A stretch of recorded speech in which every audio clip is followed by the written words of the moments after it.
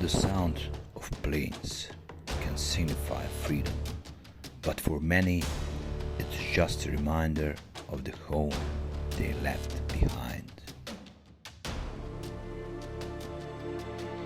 When we talk about refugees, we too often talk about numbers, but each figure represents a story.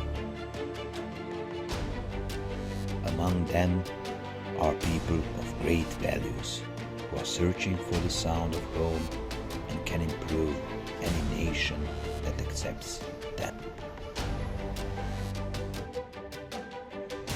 I wonder when the world will stop seeing them just as numbers and start to see them as people.